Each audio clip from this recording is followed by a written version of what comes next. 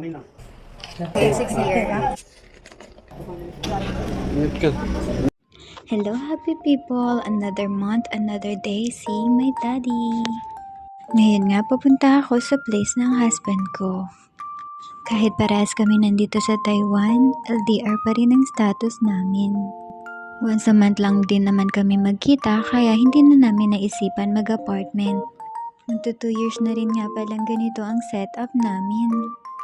Nandito kasi siya sa Taichung, ako naman ay nasa Taoyuan. Magkaiba kasi yung place na pinagtatrabahuhan namin. Halos 2 oras at kalahati din ng biyahe papunta dito sa Taichung pag ordinaryong train ang iyong sasakyan. Eto nga at naglalakad na kami papunta sa aming accommodation. Advance nga pala mag-book si Daddy sa Agoda kaya nakakakuha kami ng mas mababang deals. Pagpasok nga namin, enter niya lang ang booking number and then we're good to go.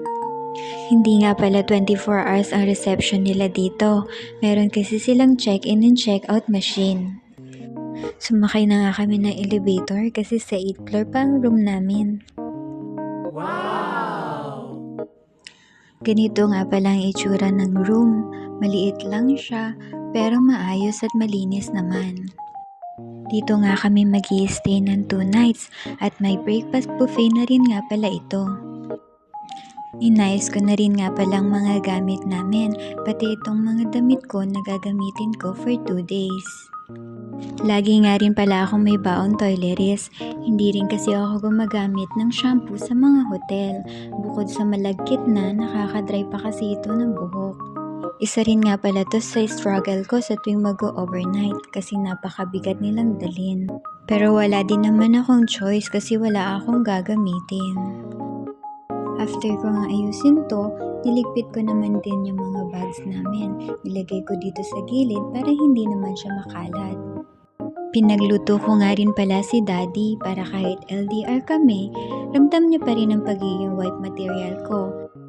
Pero competitive din talaga tong asawa ko at pinagluto din ako. Tingnan nyo nga naman para tuloy kami nasa piyastahan. Nagkataon pa na parehas kami ng niluto, kare-kare. After nga namin kumain, tinabi ko na rin tong mga natirang pagkain sa rep para hindi naman siya masira. Kinabukasan nga after namin mag-breakfast ay umalis din kami. Aasikasuhin kasi namin yung Taiwan driver's license ni Daddy. Sinesearch na nga ni Daddy kung saan stasyon kami sasakay papunta sa motor vehicles office. Nakita na rin naman namin kung saan kami sasakay at mabuti na lang malapit lang to sa hotel namin. Napakaswerte nga namin at ilang minuto lang ay dumating na rin ang bus na aming sasakyan. May oras nga pala ang pagdating ng mga bus dito. Bawat lugar ay may apps para malaman mo kung nasaan na yung bus na sasakyan mo. Mahigpit din sila dito sa transportation. Hindi ka nila basta-basta pasasakayin o pabababain kung wala ka sa bus stop. Chinek rin namin sa apps kung ilang minutes ang time travel namin. Malapit nga lang ang motor vehicles office dahil 5 minutes lang ay nandun na rin kami. Kailangan mo nga munang pumindot ng buzzer bago ka pa makarating sa bababaan mo. Tumayo na rin nga kami agad sa upuan dahil malapit na kaming bumaba. Itinap nga lang namin itong Yoyo card. Ito kasi nagsisilbing pinakapamasahe mo. At ayan, nandito na rin kami sa motor vehicles office. Tumawid nga lang kami at naglakad kami ng diretso. Una kasi namin pupuntahan yung medical para sa driver's license. Isa rin kasi yun sa mga requirements nila. Sa mga oras na yan, hinahanap nga namin kung saan banda ang medical clinic. Dire-diretso nga lang kami naglakad at nakita rin naman namin. Agad nga kaming pumasok at naghanap kami ng mapagtatanungan. Pagpasok nga namin, itinranslate na lang ni Daddy para tanungin kung dito nga ang medical clinic para sa driver's license. Agad nga rin kami inasikaso ng staff. Tapos inabot niya yung kanyang ARC. Kinulang nga ang kanyang ID dala kaya naman nagpa-picture muna kami. Dito rin naman yan sa loob ng clinic. Pinapatawa ko nga dyan si Daddy para naman nakangiti siya sa driver's license niya. After niya nga magpa-picture ay bumalik na rin kami sa loob. Binigyan nga rin siya ng mga papel na kailangan niyang pirmahan. 2 set nga pala ng form ang kanyang pinirmahan. 2 kasi ang ia-apply naming driver's license. Isa para sa motors and isa para sa 4 wheels. After niyang pirmahan ng mga form, kinuhanan din siya ng timbang at kinuhanan din siya ng height. At pagkatapos nga nun ay chinek naman ang kanyang mga mata. 4 na eye test nga pala ang ginawa sa kanya. Napakalinaw nga rin talaga ng mata ni Daddy. Kaya nga ang ganda-ganda ko sa paningin niya eh. Ito naman yung pangatlong eye test niya. After nyan, pinapasok naman siya sa loob para sa color blind test. Chinek nga rin pala ang kanyang arms, pinataas at pinababa, pati na rin ang pag-upo at pagtayo. Ganyan nga lang kabilis ang medical at tapos na. Paglabas namin ay tinuro sa amin kung saan banda ang Motor Vehicles Office. Doon lang pala siya sa may 2nd floor pagkatawid. Halos katapat nga lang siya ng clinic. Naglakad na nga rin kami agad at baka mahaba ang pila. Pagpasok nga namin ay umakyat na rin kami agad. Napakaraming ang tao sa loob ng office. Pumila din kami sa kuhanan ng number, pero sabi ng staff sa amin dumiretso na daw kami sa counter 1. Ibinigay nga ni Daddy ang mga requirements para sa driver's license niya. Agad nga rin namin nakuha ang license, isang pang 2 wheels at isang pang 4 wheels. Hindi na rin nga pala siya nag-undergo ng drive test. Pinatranslate kasi namin sa MECO ang Philippine driver's license niya, kaya madali na lang kaming nakakuha. Inayos na nga ni Daddy ang kanyang mga documents, pati na rin ang kanyang mga ID, itinabi niya na rin sa kanyang wallet. After nga niyan ay umalis na rin kami agad. Nakita pa nga namin yung isang nakasabayan namin na kumuha sa medical. Maghapon nga rin kaming nasa labas ng araw na yan. Pagkatapos niyan ay pumunta naman kami sa mall. Nagmerienda rin kami saglit dahil nagutom nga kami. Hindi na rin nga pala kami nag-heavy meal kasi may food pa kami na nasa ref. Kinabukasan nga ay maaga rin akong nagising. Kailangan ko na rin kasing umuwi agad sa Taoyuan. May pasok pa kasi si Daddy mamayang gabi. Nagtoothbrush at naghilamos na nga rin ako, pagkatapos ay naligo. Niligpit at tinupi ko na nga rin pala itong mga damit na ginamit ko.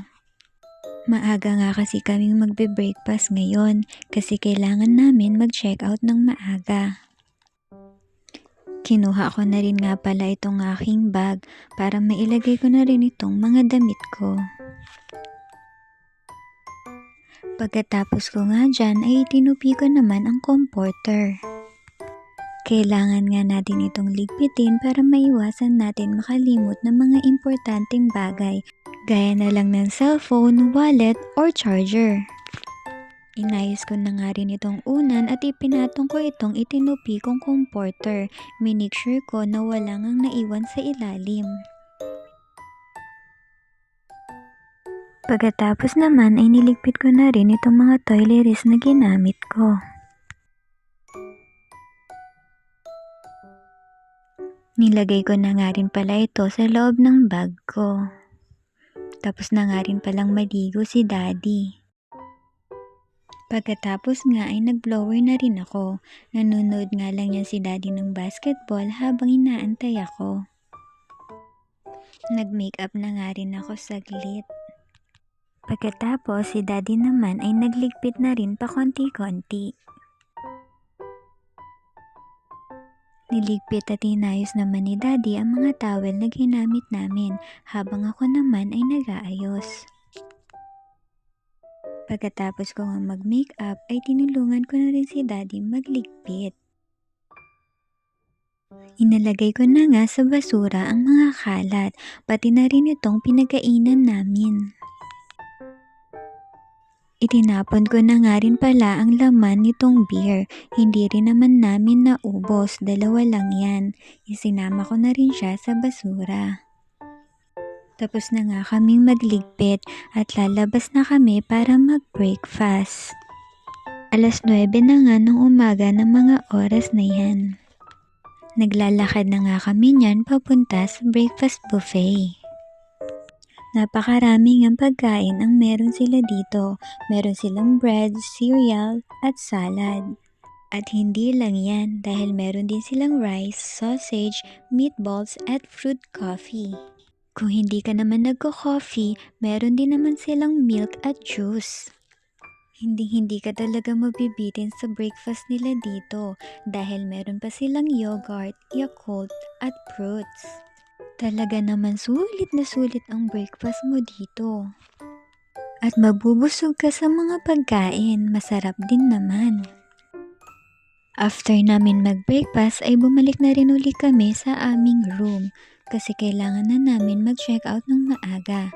11:11 pa talaga ang check out namin pero nag-check out na kami ng 10:10. Chinek nga uli namin yung hotel kung meron pa kaming naiwan na mga gamit. Pagka-make sure namin na wala na kaming nakalimutan, ay lumabas na rin kami. Chinek ko nga rin uli ang bathroom kung meron pa akong naiwan toiletries, pero wala naman na kaya lumabas na rin kami agad. Napakarami nga namin bitbit pero ganyan talaga sa tuwing nagkikita kami. Nakapag-check out na nga rin pala kami at nakalabas na rin ng hotel. Papunta na nga kami niyan sa train station. Ihahatid ako ni Daddy.